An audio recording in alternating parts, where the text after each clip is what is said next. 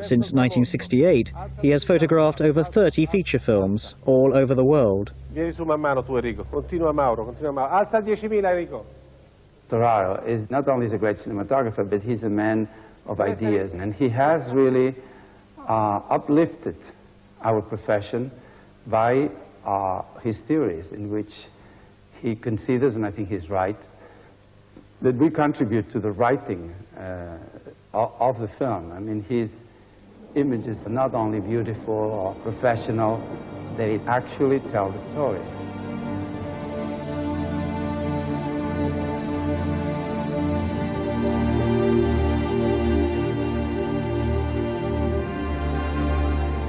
Il sole lo inseguo da tutta una vita, un po' come la luna fa nel cielo. Lo rincorre dal mattino alla sera, fino a questo momento di incredibile equilibrio tra il tramontare del sole e il nascere della luna, tra questi due punti dello spettro cromatico che sono un po' tutta la mia vita. La passione del rosso, il raziocinio del blu. È tutta una vita che li inseguo ogni volta per tentare di fotografare, di scrivere con questo sole, con quella luna, con quell'ombra, con quella luce, una storia. E una storia, essendo il cinema un linguaggio di immagini, e essendo un'immagine formata dalla luce e dalla sua assenza che è l'ombra, e da tutti quelli che sono i componenti interni a se stessa che sono i colori, va comunque scritta, va comunque interpretata. Apocalypse Now. And the winner is Vittorio Storaro, Apocalypse Now!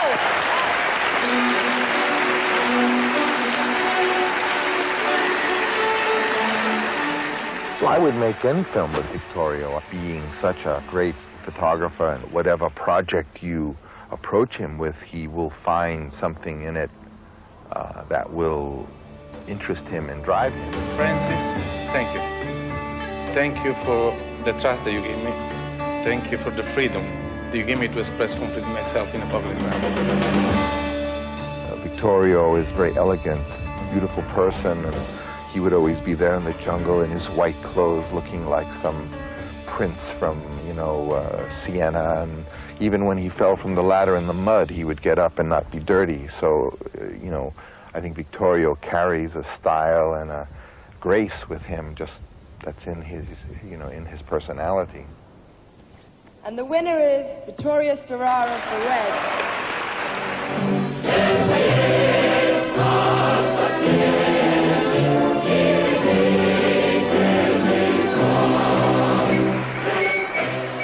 He's simply the best in the world, in my opinion, at what he does. And sometimes it's difficult, and I just love it when he makes mistakes. There's a story I like very much because we were making Reds, and I had had the temerity to ask if a light that I saw in a factory sequence before had been was right. He called me at about 8 o'clock one night, distraught. Said that he had to talk to me. I came in, I said, Vittorio, what is it? I thought maybe something had happened to his children or his wife or some terrible thing, and he said that he had destroyed the sequence. And I said, what's the matter? And he said, I've destroyed the factory, he said. And I said, well, let's go look at it, you know. It really looked very good, you know. And I was a little upset that the mistake wasn't big enough. We'll join you in revolution. On привез нам привет от And the winner is... Right. Look at it this time. The winner is Vittorio Storaro for The Last Emperor.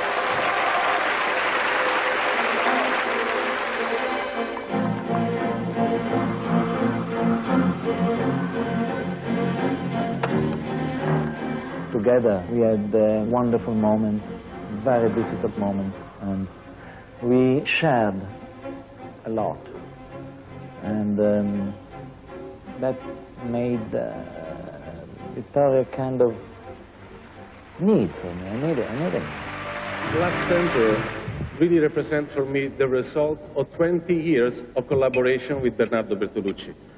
A long, difficult, hard journey that was so made beautiful by a traveling guide, by a friend like Bernardo. And I really do think that into Last Emperor there is not only one movie, but there is all ourselves. Thank you very much. Bernardo. When you go to see a movie of mine, the choice of the lens, the camera movements, the relationship between the camera and the characters and the places, the space where I'm shooting, I take care of that. What I don't do, what Vittorio does, is the physical intervention of the lights. The lights, he paints with lights. I don't think that each cinematographer can work with each director. I don't think that each cinematographer can do any project, any film. There is a kind of magnetic selection that you're doing while you're going. There is a kind of journey that you're doing by yourself. And suddenly you discover that on the same direction you can meet other people.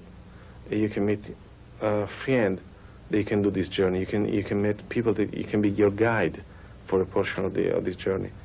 I think Bernardo was one of those, one of the most important ones. The Conformist was Bertolucci's and Storaro's first international success, and was a highly influential film for its style, design and use of colour. Set in the 1930s, it's the story of Marcello Clerici, sent by fascists in Rome to carry out an assassination in Paris while on his honeymoon. Before we start The Conformist, Bernardo called me. We were starting to talk about The Conformist. He says, Vittorio, I mean, what we know about that period? Mainly we know that period, the late 30s, through cinema. I remember that Bernardo saw at that moment one of the Visconti films, The Damned. And he told me, Vittorio, that can be beautiful, maybe we can do a movie like this one. And I went to see it, I said, no, Bernardo, I think that photography is so great for that movie. We should come up with something very original, something that belonged to us. The fascist time at that point in Italy was something very strong, something very difficult to go through. So the only way for me to represent that period was to drain color and go very strong in a kind of prison, in a kind of claustrophobic feeling between light and shadows, without any harmony at all. There's one scene in The Conformist where it's the interior of Stefania Sandrelli's house, where I wanted to have to play it with stripes of light given by Venetian blinds, so that they would become the main feature of the scene. And I had conceived the room completely striped with lights. What Vittorio added to it was the movement of those stripes, which is totally surreal and not justified.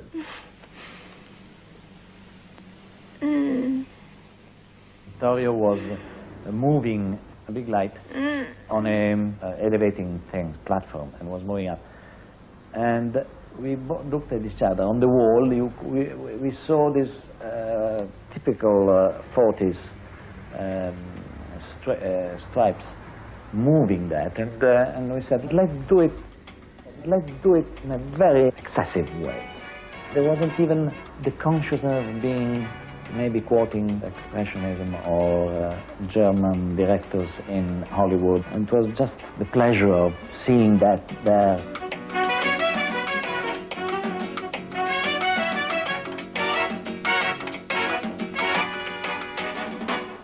From the moment that Marcello Clerici leave Rome and take a train, there's a kind of opening in the light. The light is going to go into the shadows, almost marry it, and the colors start to come out. And in the train, there is no any more realistic thing. Everything is going through fantasy. They spent 10 hours on traveling, and so we were showing it through the light change into 2-minute sequence, the 10 hours traveling. They're arriving in Paris. Paris at that moment, it was the land of the free way of living. You can say something that you're not able to say in your country. And at that moment, I was trying to open completely the color spectrum, open completely the light and shadows. At the time, colors were used in a more cautious way, in American movies especially, and everything was pretty and well balanced. And he had just extreme reds and blues, and you can tell he's an Italian, that he comes from a tradition of painting of people who use color, colorists. This is a very sensual scene. You see the circle around it, not only in lines but in movement. The great advantage we filmmakers have in relationship to painters.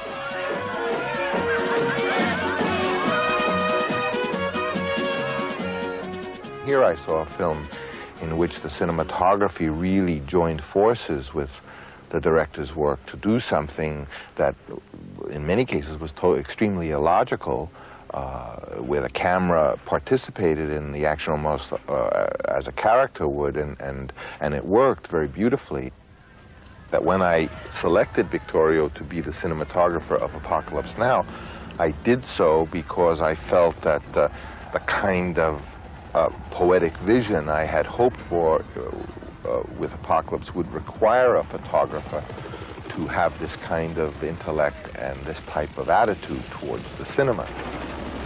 Updating Joseph Conrad's novel Heart of Darkness to the Vietnam War, Apocalypse Now follows Willard, played by Martin Sheen, on his journey upriver on a secret mission to kill the renegade Colonel Kurtz. Shot on location in the Philippines, it was Storaro's first American movie. Against the big industry, the American big industry, I was afraid, I was scared I was not at the right level of Apocalypse Now. And Francis, in this case, was fantastic. Because my English at that moment was even poorer than what is to now. I remember I never had a problem with language about Francis. The last one is the possible, but it's not, all the time it's not exactly the same thing. I think we're going to have to live with that because it's okay. Vittorio could not speak English, and I could not speak Italian. In fact, I could speak more Italian than he could speak English, so I was dealing with an extremely intelligent, creative person, and we had no method of communication, which sometimes provides a more pure form of communication. Vittorio was trying to deal with this enormous problem of logistics and helicopters flying so high that they weren't in the front, just coming up against a lot of tasks that were beyond our ability. We, of course, personally were continually worn down, and yet our friendship developed, and both with Vittorio and with Dean Tavaleris, the production designer. Was sort of the three of us in this together, but we did have like ambitions. We're doing the storyboard in America without Vittorio, and then we got his ideas and put them in the storyboard. If you talk to him about an idea that you think is pretty crazy, he'll take it and say, you know, if he likes it, he'll take it and, you know, make it even more elaborate and more daring.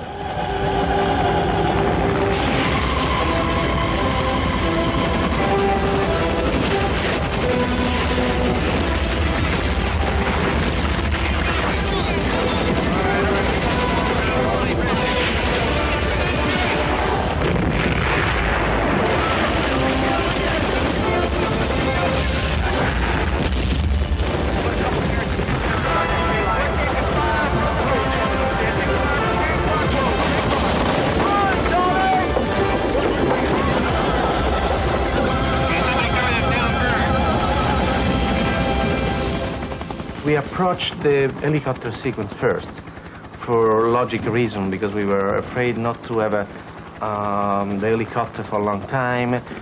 We didn't know exactly each day how many helicopters we could have, so they thought, let's do in the helicopter first. So anything happened, at least we put on film that major sequence. After that major sequence, the movie told to us at which level we're supposed to perform. Any moment we were doing any single shot, even simple one, sometimes it's just a close-up. Behind that close-up, we maybe should put some color smoke. We maybe should put some napalm explosion. We may be supposed to put some helicopter. So any shot in any simple sequence, it became a major issue.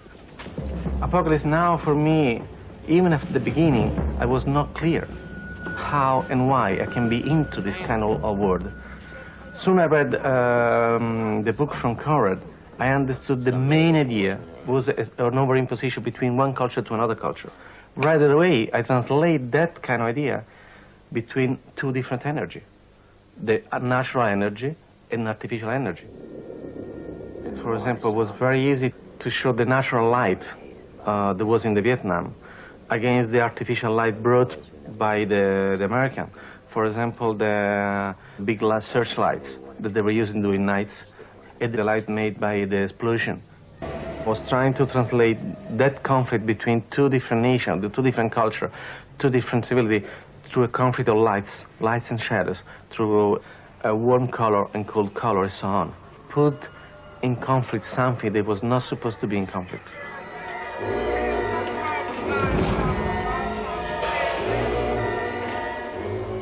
Where there is no doubt that Apocalypse Now, like Heart of Darkness, is a process of knowledge.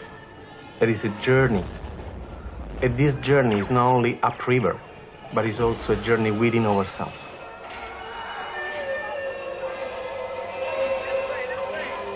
Vittorio's attitude was always, well, Francis, we go step by step. We just go one step and then we look and we do another step, and it was always that philosophy.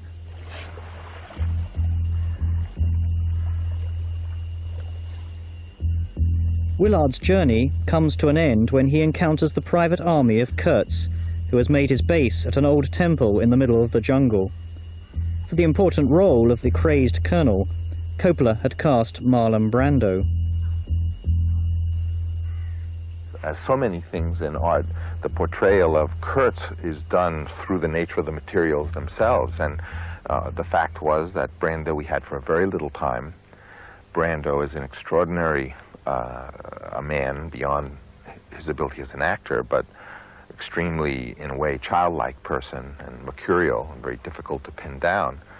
And so we had to do what we had to do in a few weeks, and we were going to lose him. We just started almost in the dark with Brando's presence, and Vittorio began to experiment with how little could we show of him, partly because he was physically unacceptable for the role of a Green Beret colonel, and Brando is very shy about his weight and size, and so we knew that we were going to have to do this with illusion and a little sliver of light. And once Vittorio began experimenting along those lines, he himself began to create a way to approach it. I wonder, my hair's been cut off so long, and I think that I'll be bald. I'm afraid that I'll be bald when it grows back. I don't care, except that I don't want my family to see me bald. That close-up of Marlon Brando coming out from the obscurity and reveal himself step by step, point by point, ray by ray, is like something coming out from a darkness. The visual feeling of a revealing of our own unconscious. What did they tell you? They told me that you had gone totally insane. And that your methods were unsound. I was asking to myself how I can represent this journey into our unconscious. And so I thought that maybe the only way is to represent the same structure of our own life with the structure of the light itself. So the journey into ourselves that Willard is doing is the journey that I could do within the color spectrum, starting from the beginning to end, into light that represents life. So that's why, for example, Heart of Darkness is being represented by the black. Black is the unconscious, is really where everything starts. And the first step is red, is the color of the blood. Orange is the color of the warm feeling of the family. Yellow is the consciousness. Green is the process of knowing, of knowledge. Blue is your intelligence as a human being. Indigo is your material power. Violet is your last stage in the human life. And the sum, all of this color is the last one, is white, which means balance, which means equilibrium. Photography means write with light. So I was trying to write with light, and with these elements, the colors, the story itself. After assassinating Kurtz, Willard's mission is seemingly over. But Coppola had to decide whether to end the film simply with Willard's departure, or to have him call in Strategic Air Command and then show the destruction of the temple. The original idea was blowing up all the temple. And we shot the blowing up the temple. Probably the most incredible scene ever done. We shot with several cameras in VistaVision, in high speed, in infrared.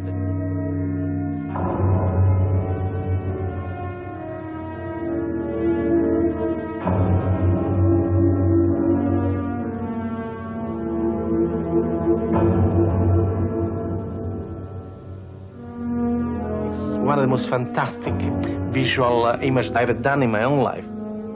In the editing process, Francis thought that maybe he doesn't need anymore to blow up the temple, because that was not part of the main concept. I think he was right.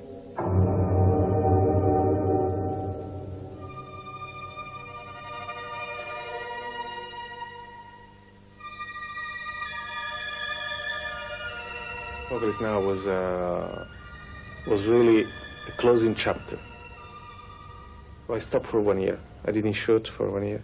And I went through a long research into the only possible thing that I knew at that moment: light. What is representing light? What is forming light? Colors. One from the art was continues the journey into this bath of color.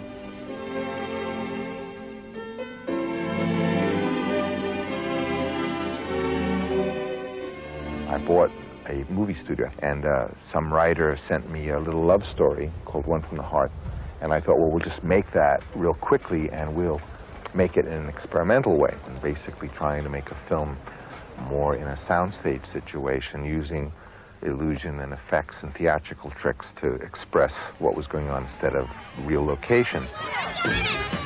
Set in a studio recreation of Las Vegas, Coppola's simple love story concerned the relationship between a disenchanted couple, Hank and Franny. The spirit of experimentation gave Storaro the opportunity to explore the physiology of colors. One from the Heart is a movie about, I think, emotional state between people. People will follow the story, they will fall in love with the character, but I think that choosing the right direction of light and color can help tell the story, which kind of character she is, which kind of character he is, and so on. Specific, the character of Hank and Franny. Hank to me is green, like Franny is red. That's maybe is an unrealistic way to see the characters, but this is kind of sensation they have from them. In the way that the main conflict starts between them. That she needs activity. She needs to have a wonderful weekend and go out to do something. I need a rest. There's the conflict between two colors. She needs to be in red. I need to be in green. There is no questions about. Hank, are you crying? No, I don't cry. Well, good.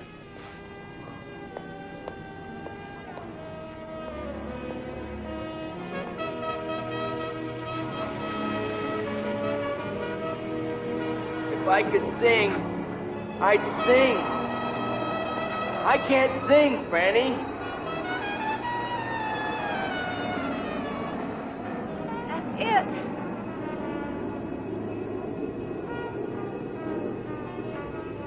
This is just something that should work really underneath, something very subtle into there. Cold color next to you, blue or green? Well, that you... Not this one, you see. There is something very, very innocent at the beginning that we can come out. And if you're doing the short hairs, I don't think they should be black. No? Should be darker, but still brown, warm color. Little boy blue can blow your horn. The dish run away with a spoon. There's so much light around in the street of Vegas. Vegas make a sort of conflict with the nature. You rebuild the daylight to neon, so the body feel to gambling, feel to play, feel to live, don't want to rest, don't want to go to sleep.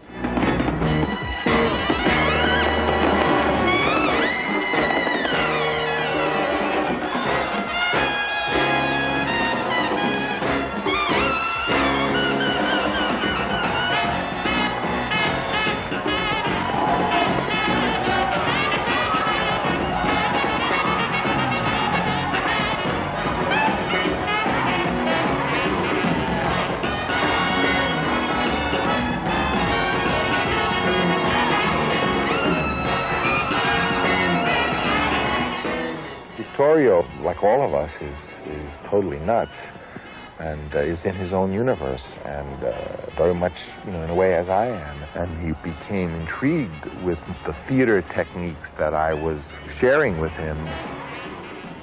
And I told Vittorio about this kind of lighting board, which I was very experienced in myself from my theater days.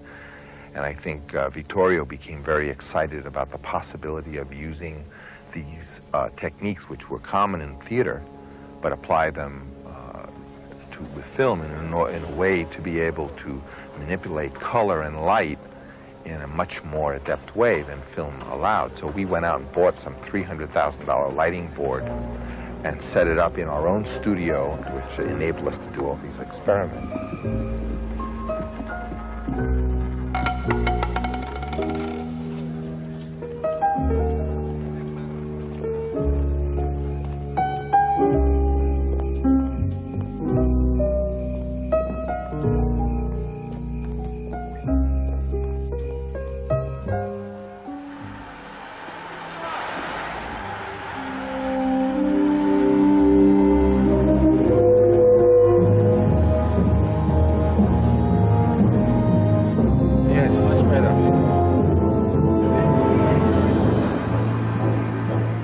Adesso la spostiamo, Enrico, non ti preoccupare. Ish, can you read me up there? Can you go up to the jump on your right side?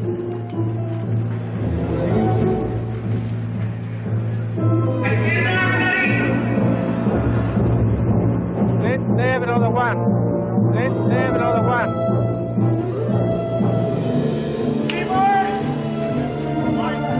Stay out of the way of this. And back on action! Back on action! Back to forward.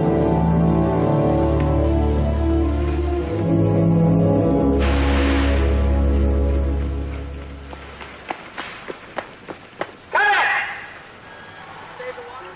We're using the system that he always uses, he's been using actually for about 8 years with dimmers. He puts every light on a dimmer, and he's come up with the jumbo light, which is 16 airplane landing lights. And in this particular movie, we're using to give the street a different wash of color. All we need to do is set them, and then we can turn them off and on just by, getting on and talking to control, which does save. It saves a lot of energy and saves a lot of time. Turn on your left and follow me. Keep going. Keep going. Keep going. Keep going. Keep going. All the way down. All the way down. You should be arriving right here. Fabio, can you hear me? Yeah. Can I see 80? 80. Okay, 85. Okay, you want to go 85? Abbiamo fatto una pianta del set con tutte le disposizioni delle luci e numerandole. E questo permette, dopo una preparazione, una facilità estrema nell'illuminare. Fabio, I need also the 2 jumbo on top of the police station, which are 70 and 71, please. Start to warm up. Over.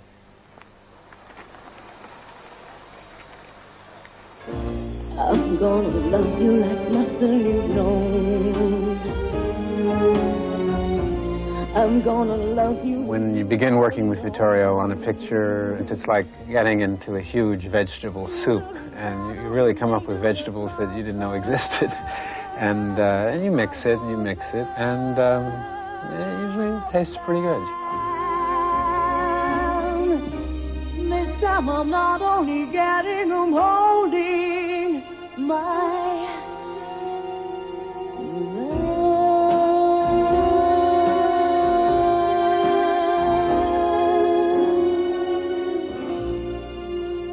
I was first interested really in just primary colors, and just as I thought that the picture itself dealt with primary emotions, very simple and direct. That gets more complicated.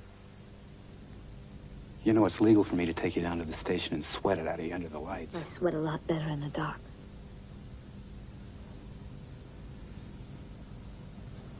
I know how you feel. You don't know if you want to hit me or kiss me. I get a lot of that. Look, you're safe. Big boy's in jail. You're the one that can keep him there. Give me a call. I read the movie as an impossible love story between Breathless and Dick Tracy. And I presented this idea to her and connected with where Chester Gould really had the idea to draw images like that. And I think they came from the German expressionist. And everybody, I think, had the inspiration from this painter. And Chester Gould had the same thing, I think. So my idea was to try to bring this conflict, this dramaturgy of color, let's say, using the drama not only between light and shadows, but between the warm color, the color of the daytime, the color of the, belong to one section of the color spectrum. Red, the kid. Orange, Tess. Yellow, Dick Tracy, representing the sun, representing the one illuminating the darkness. And all blue, indigo, violet, who is belonging to our unconscious, what we call the evil. I think the conflict between these two worlds was the main theme of Dick Tracy. Hai mai avuto un'età verde? È quasi impossibile, credo, non passare per il verde. Il verde credo che sia il collegamento tra la nostra innocenza e la nostra consapevolezza. Non possiamo non averlo. Il rosso è il colore dell'io, della coscienza, nella natura stessa. È credo il simbolo più grande dell'energia vitale.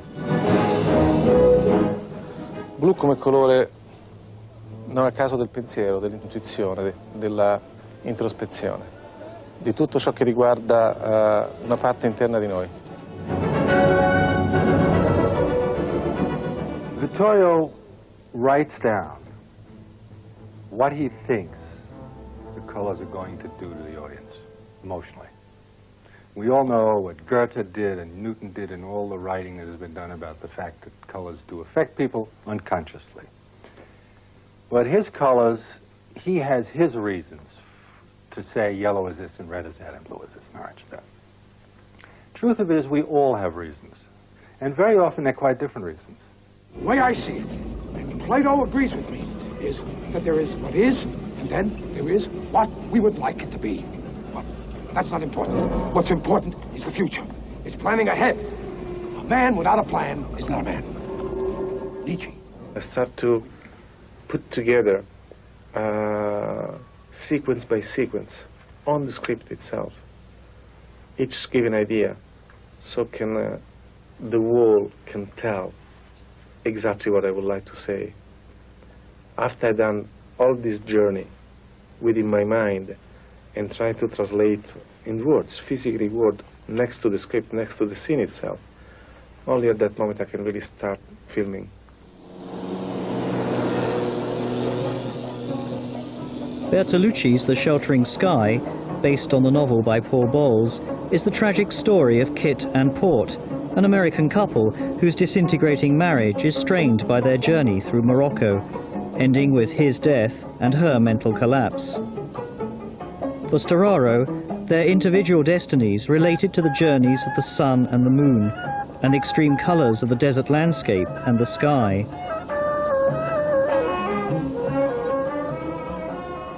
However, away from the studio on location, the cinematographer has to face challenges of a different kind.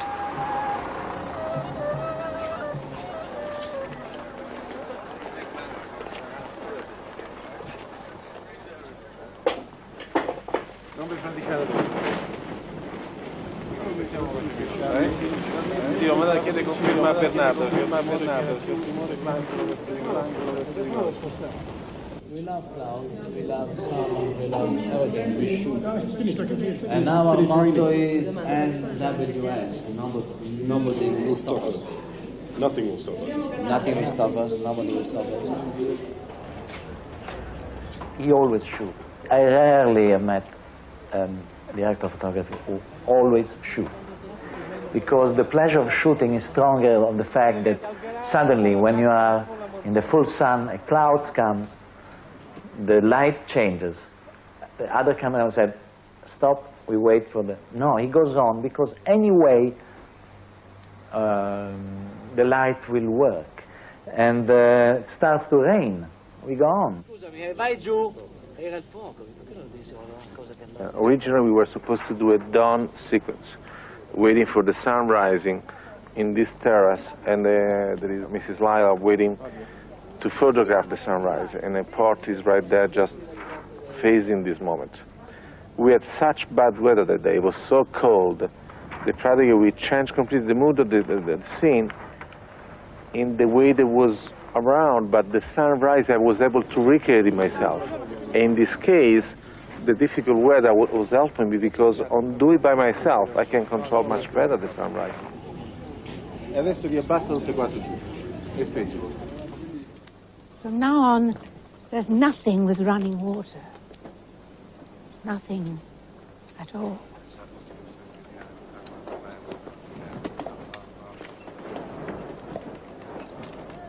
Port, durante il percorso della storia, sembra sempre più prendere coscienza con il sole, con l'immagine di se stesso, con l'identificazione del suo simbolo. Sul terrazzo di Bussifo lo aspetta al mattino, lo guarda in faccia, per guardarsi in faccia, nel senso che sa che, forse, un'intima consapevolezza interna a se stesso, il percorso dello stesso astro è il percorso della sua vita.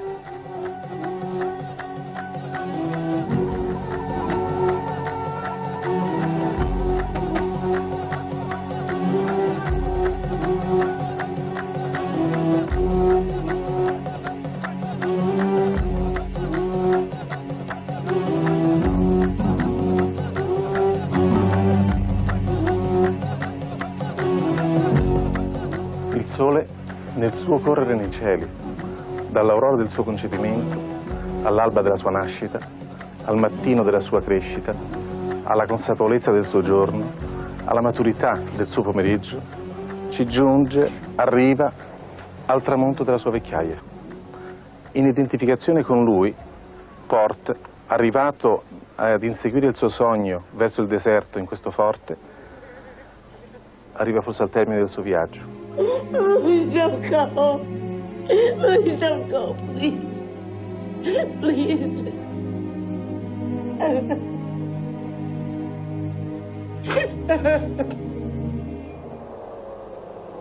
Kit, proprio mentre il sole tramonta, Port muore, sugli spalti di questo forte, si perde davanti a questo incredibile azzurro del cielo.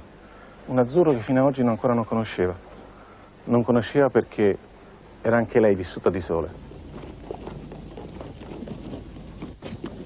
Il desiderio, l'alternativa è una sola: seguire il sogno di Port. Proprio come la luna nel cielo, che segue l'arco del sole e si illumina di sole, lei stessa, quasi in simbiosi con la luna questa volta, quindi una porzione, un atto, una parte, un film lunare. Un'altra porzione del colore dello spettro cromatico, l'azzurro.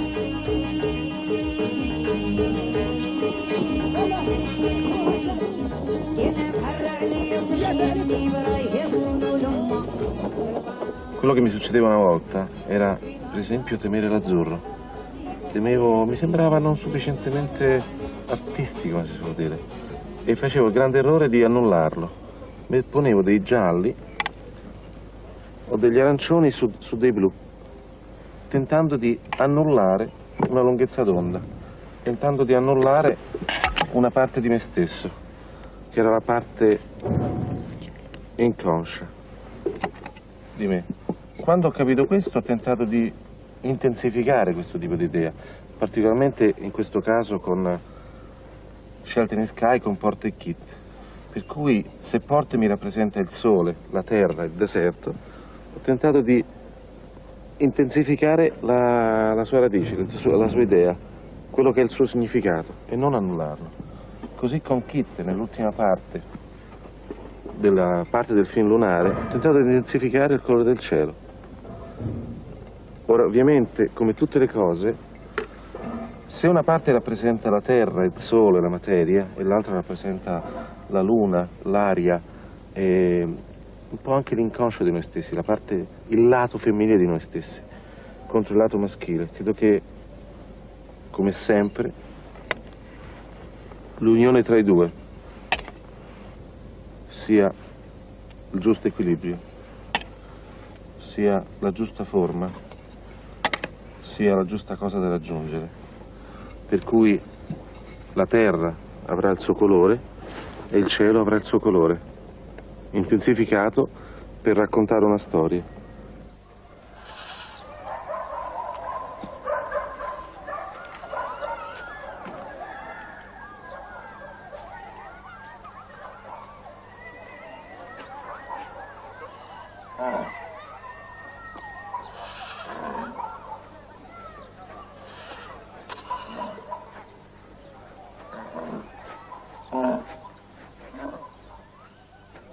Non abbiamo...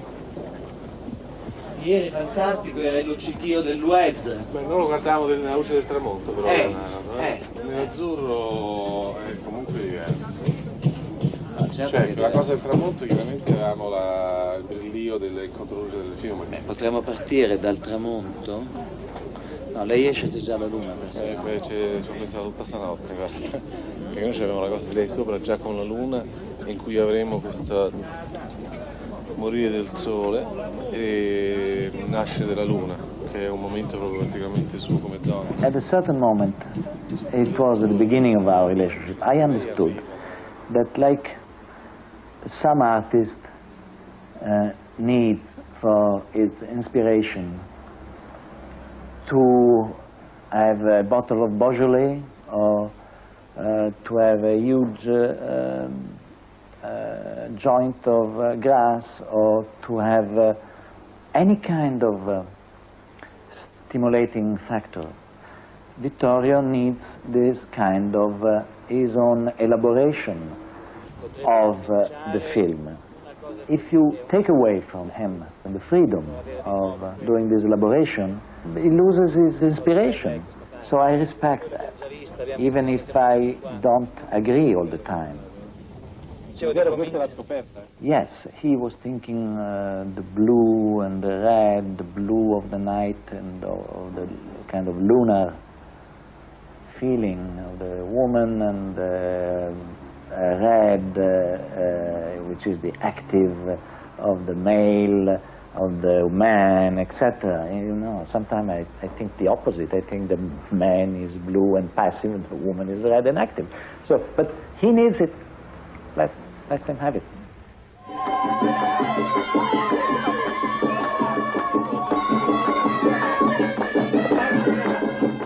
Immaginiamo degli uomini dentro una caverna, alcune centinaia di migliaia di anni fa, il fuoco alle loro spalle, loro che osservavano il fondo della caverna, degli oggetti e delle persone che si muovevano, in realtà davano un'immagine della realtà, ma non la realtà, il simulacro. Forse il primordio del cinema. Noi oggi, autori della fotografia, tentiamo di proseguire il mito di Platone stesso. Tentiamo di portare avanti in una sala scenografica che non è altro che la stessa caverna, tramite queste ombre, che andiamo a creare nello squarciare di luce la notte per poter esprimere in immagini un certo concetto.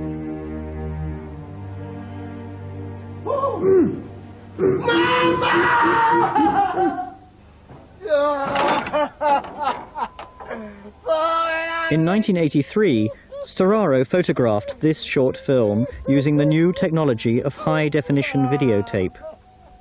The most sophisticated electronic format yet developed, it has already advanced further than this early experiment. Storaro plans to use high-definition cameras in the future on a feature film project with Francis Coppola. Vittorio, being one of the few collaborators that I've had who really can grasp a new idea, he, rather than to cling to a notion that, no, the photographic image had to be a photochemical process, he saw that, you know, after all, video is extremely young in terms of its development, and one day it would be capable of producing the kind of image that film could now produce. He saw that.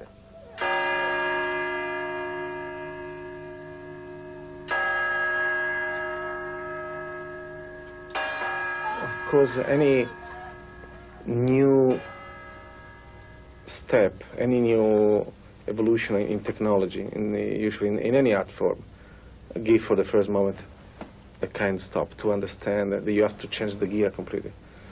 High definition will do the same thing. There is no doubt that this is the future. The information that you have from the electronic point of view, you have such more freedom to express yourself than you have from an optical image. Even if the optical image up to now is still better.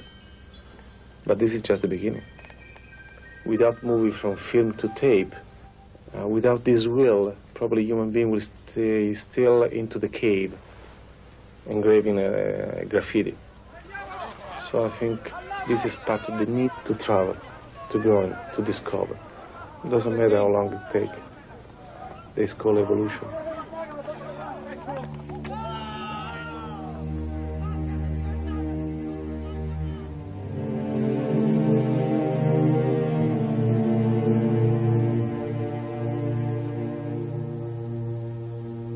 Imago Urbis is a series of documentaries on the civilization of ancient Rome. This section has been filmed on a model of the Eternal City, enabling Storaro to control his lighting with total precision.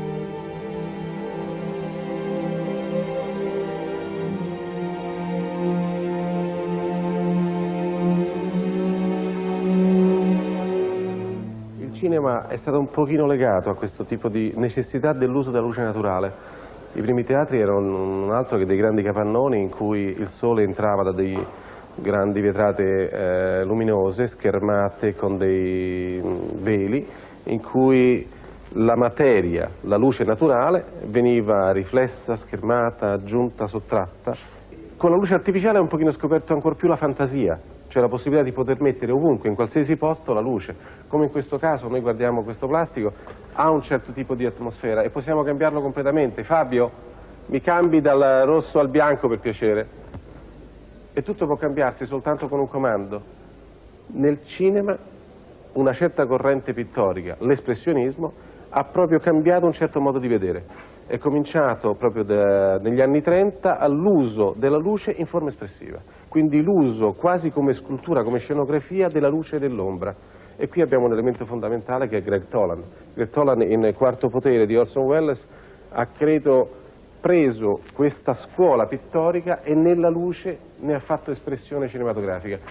Ancora una volta ci si fermò quasi nell'espressione dell'evoluzione della fotografia cinematografica, fino a che due grandi personaggi, pur operando in quello che era la materia che conoscevano maggiormente, il bianco e il nero, Raoul Coutard in Francia e maggiormente Gianni Di Venanzio in Italia, fecero una grande rivoluzione. Presero tutti i grandi proiettori che erano sopra in genere su ogni scena e li tirarono via di colpo. Nel colore ci fu un'ulteriore necessità, la necessità di collegarsi con la pittura. E questo forse Aldo Graziati, Aldo fu la persona, il personaggio che tentò maggiormente questo tipo di matrimonio tra una cultura antica che ci appartiene da sempre, sino a quella che era l'espressione in quel momento del cinema degli anni 60.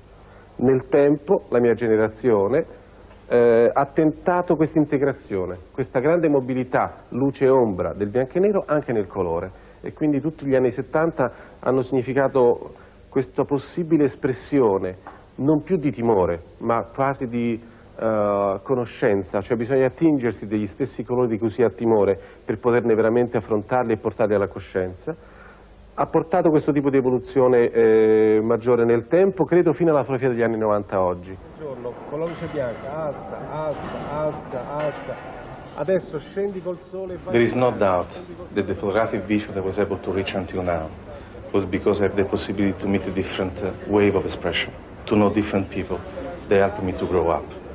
Because I do really believe that there is no one single man, no one single culture that can grow up in a balanced way by itself. We all grow up together. During my journey, after my first part, from darkness to light, after the second part, into the light itself, within the color stage of my life, from red to orange to yellow, to green, to blue, to indigo, to violet. The third part, the research for balance between different elements. Seems to me they need a different and a personal, a more intimate journey within myself. Roma Imago Urbis, this is a multimedia project about the ancient history of Rome. It's given me the possibility to do a summary of my own life expression, to better understand from which light I come from, to which color I am, toward which element I'm going to. A personal journey from my past to present, towards my future.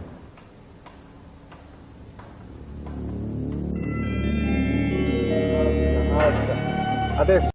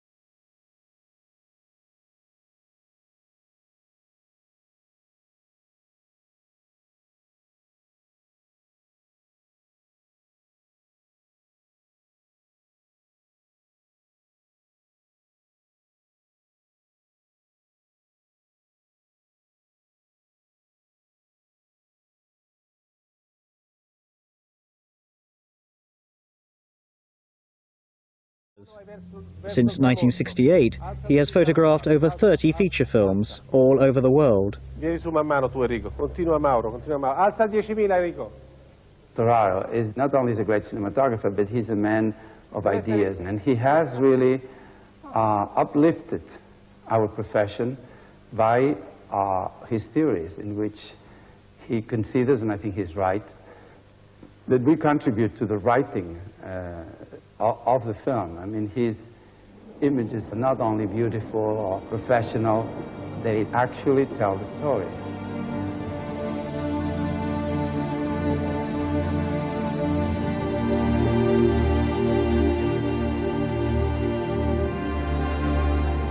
Il sole lo inseguo da tutta una vita, un po' come la luna fa nel cielo.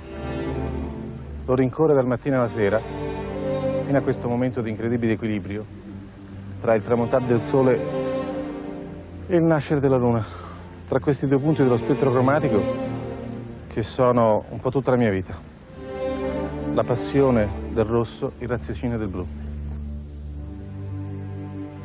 È tutta una vita che li inseguo ogni volta per tentare di fotografare, di scrivere con questo sole, con quella luna, con quell'ombra, con quella luce, una storia.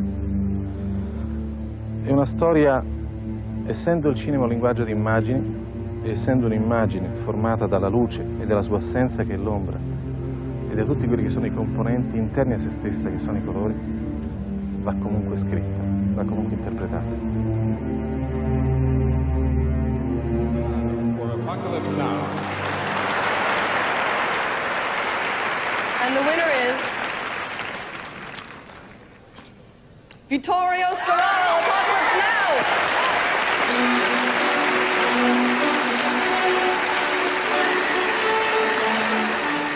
I would make any film with Vittorio. Being such a great photographer, and whatever project you approach him with, he will find something in it that will interest him and drive him. Francis, thank you. Thank you for the trust that you give me. Thank you for the freedom that you give me to express completely myself in Apocalypse Now. Vittorio is a very elegant, beautiful person, and he would always be there in the jungle in his white clothes, looking like some prince from, Siena. And even when he fell from the ladder in the mud, he would get up and not be dirty. So, I think Vittorio carries a style and a grace with him, just that's in his, in his personality. And the winner is Vittorio Storaro for Red.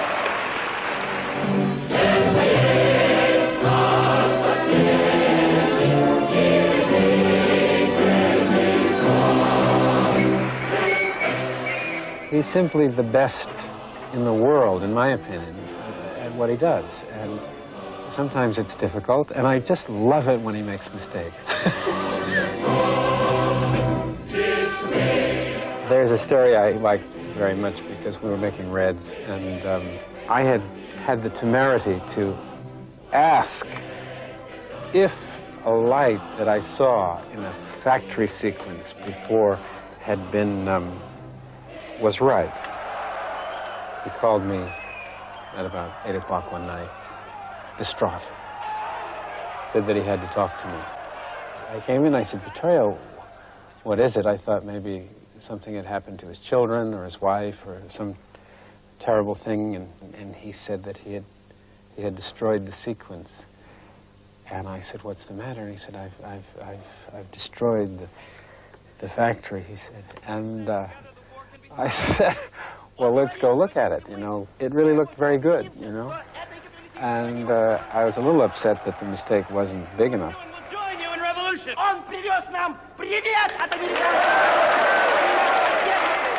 And the winner is... Right. Look at it this time. The winner is Vittorio Storaro for the last emperor.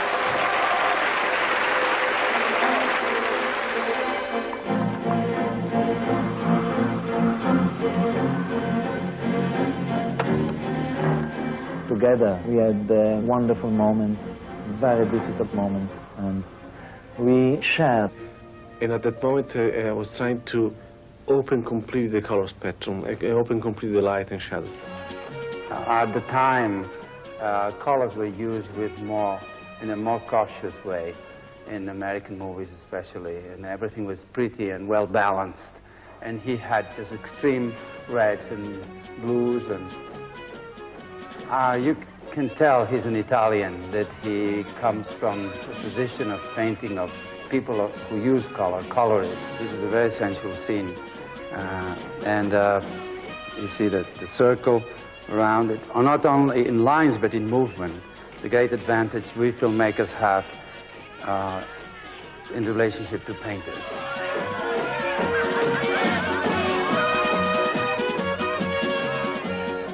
Here I saw a film in which the cinematography really joined forces with the director's work to do something that in many cases was extremely illogical, where the camera participated in the action almost as a character would, and it worked very beautifully.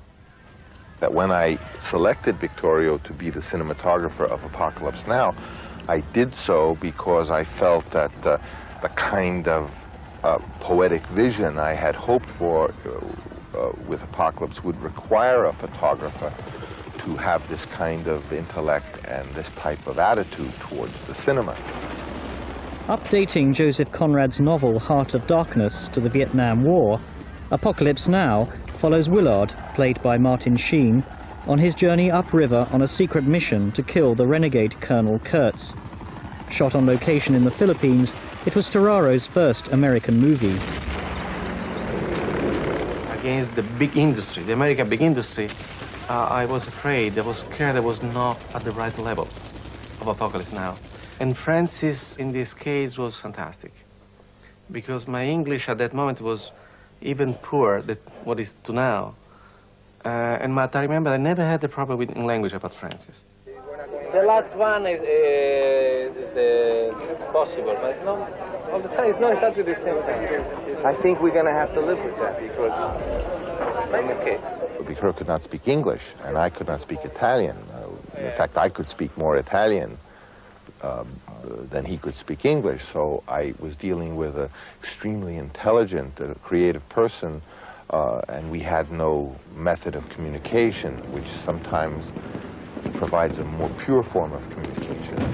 Vittorio was trying to deal with this enormous problem of logistics and helicopters flying so high that they weren't in the front, just coming up against a lot of tasks that were beyond our ability. We, of course, personally were continually worn down, and yet our friendship developed, and both with Vittorio and with Dean Tavaleras, the production designer. It was sort of the three of us in this together, but we did have like ambitions. We're doing the storyboard in America without Vittorio, and then we got his ideas and put them in the storyboard. If you talk to him about an idea that you think is pretty crazy, he'll take it and say, if he likes it, he'll take it and, make it even more elaborate and more daring.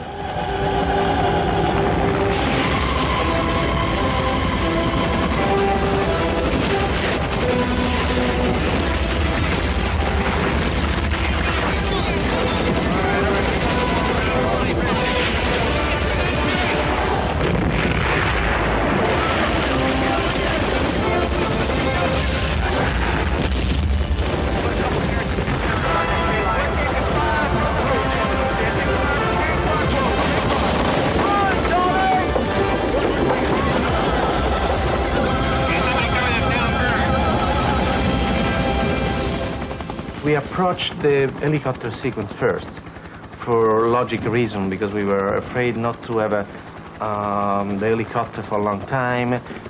We didn't know exactly each day how many helicopters we could have, so they thought, let's do in the helicopter first. So anything happened, at least we put on film that major sequence.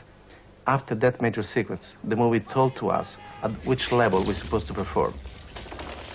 Any moment we were doing any single shot, even simple one, sometimes it's just a close-up.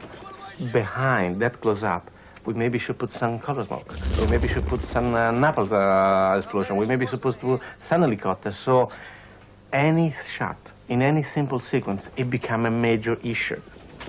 Apocalypse Now, for me, even at the beginning, I was not clear how and why I can be into this kind of world. Soon I read the book from Conrad. I understood the main idea was an overimposition between one culture to another culture. Right away, I translate that kind of idea between two different energy, the natural energy and artificial energy.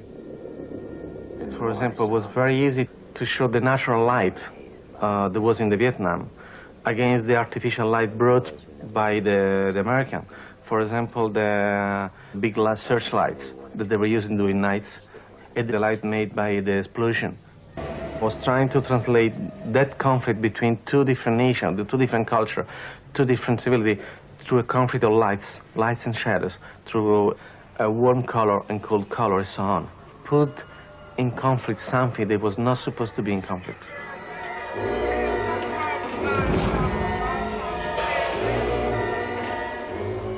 Where there is no doubt that Apocalypse Now, like Heart of Darkness, is a process of knowledge. It is a journey.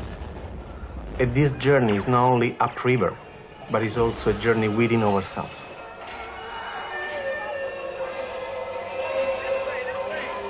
Vittorio's attitude was always, you know, well, Francis, we go step by step.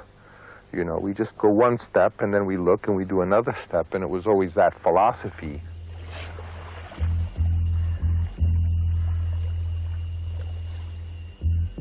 Willard's journey comes to an end when he encounters the private army of Kurtz, who has made his base at an old temple in the middle of the jungle. For the important role of the crazed colonel, Coppola had cast Marlon Brando.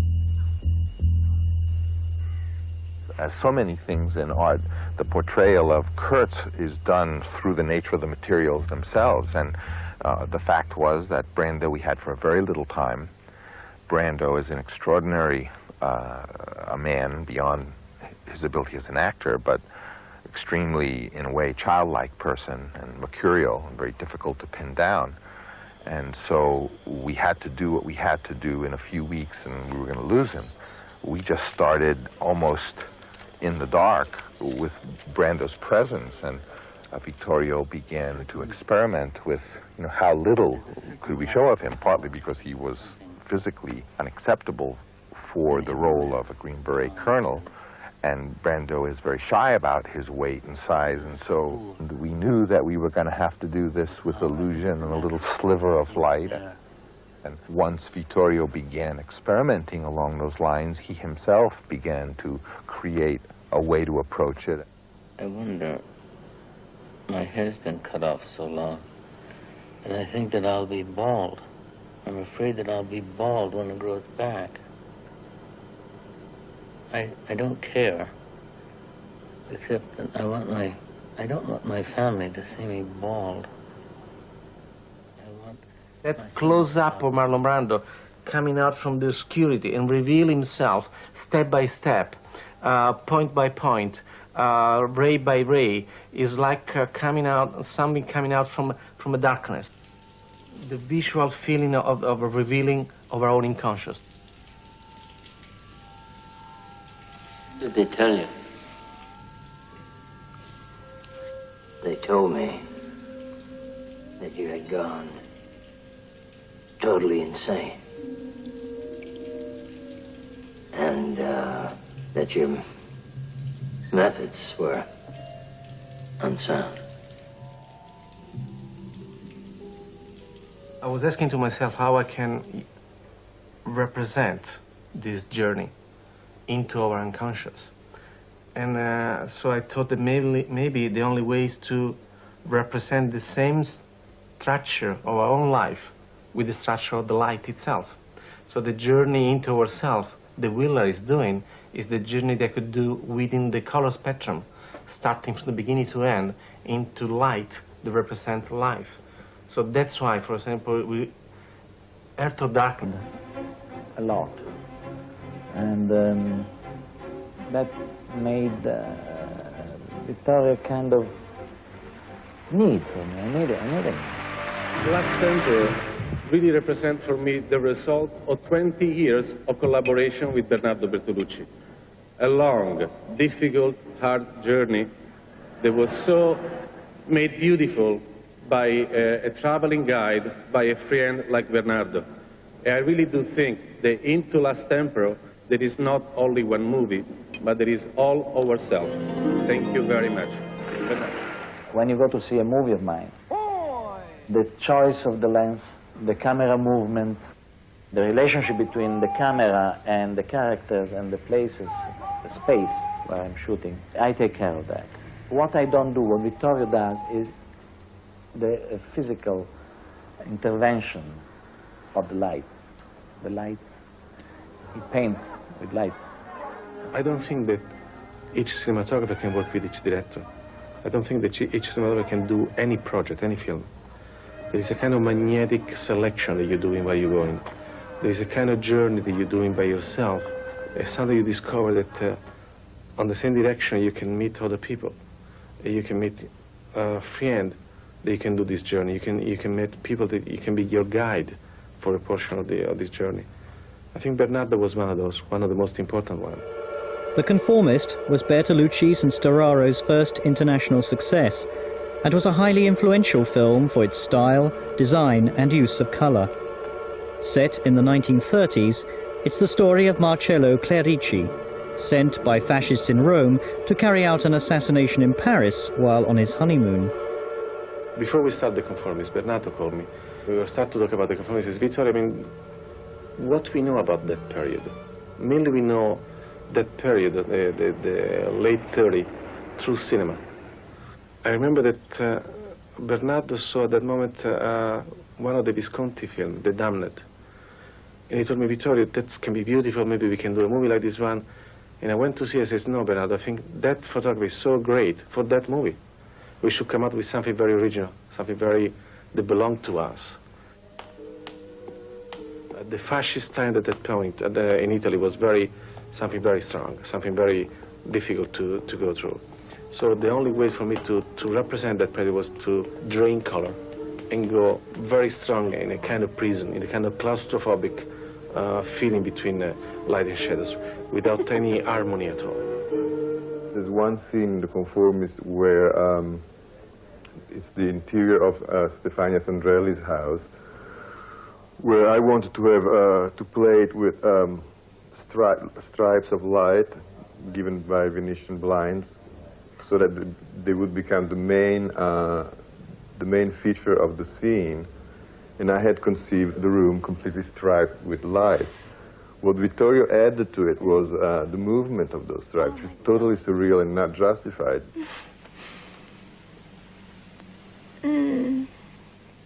Vittorio was moving a big light on a elevating platform, and was moving up.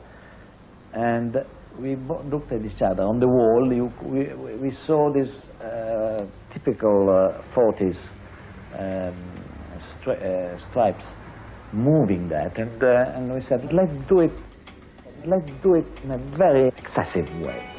There wasn't even the consciousness of being maybe quoting Expressionism or German directors in Hollywood. It was just the pleasure of seeing that there.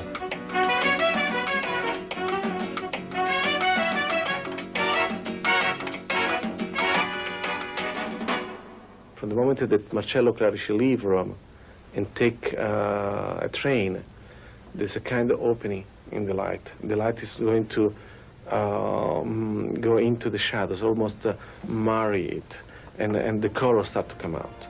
And in the train, there is no any more realistic thing. Everything is going through fantasy. They spent 10 hours on traveling, and so we were showing it through the light change into 2-minute sequence, the 10 hours traveling. They're arriving in Paris. Paris at that moment, it was the land of the free way of living. You can say something that you're not able to say in your country. It's being represented by the black. Black is the unconscious. It's really where everything starts. And the first step is red, is the color of the blood. Orange is the color of the warm feeling of the family. Yellow is the consciousness. Green is the process of knowing, of knowledge.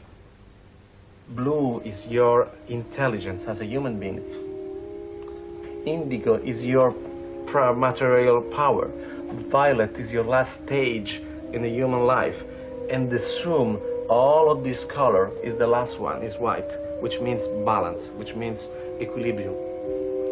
Photography means write with light. So I was trying to write with light, and with these elements, the colors, the story itself. After assassinating Kurtz, Willard's mission is seemingly over. But Coppola had to decide whether to end the film simply with Willard's departure, or to have him call in Strategic Air Command and then show the destruction of the temple. The original idea was blowing up all the temple. And we shot the blowing of the temple. Probably the most incredible scene ever done. We shot with several cameras in VistaVision, in high speed, in infrared.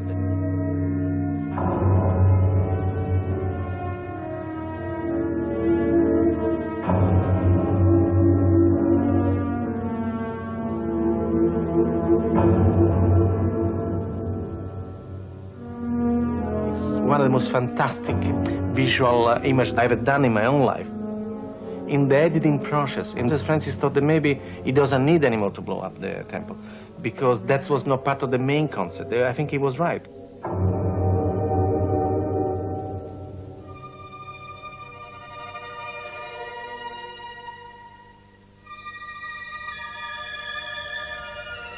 Apocalypse Now was really a closing chapter.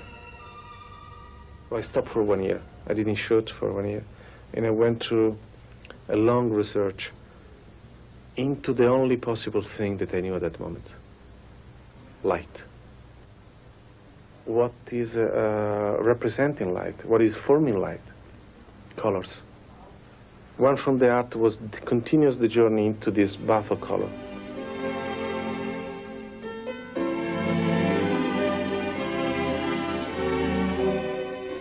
I bought a movie studio, and some writer sent me a little love story called One from the Heart.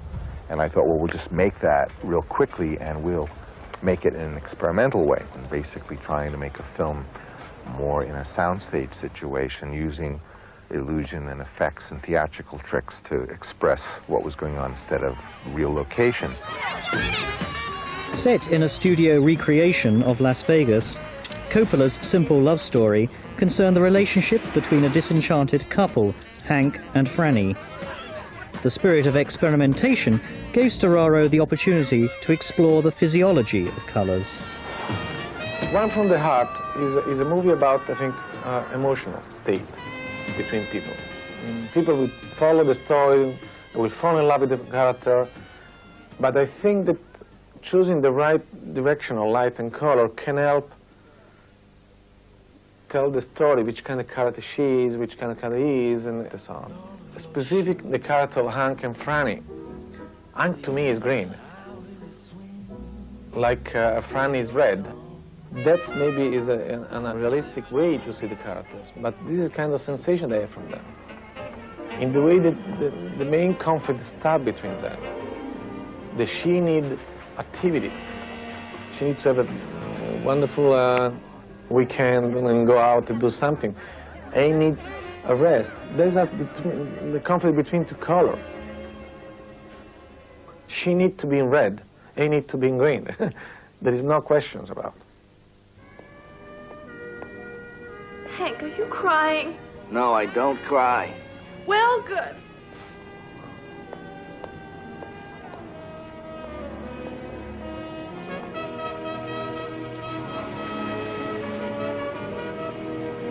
If I could sing, I'd sing.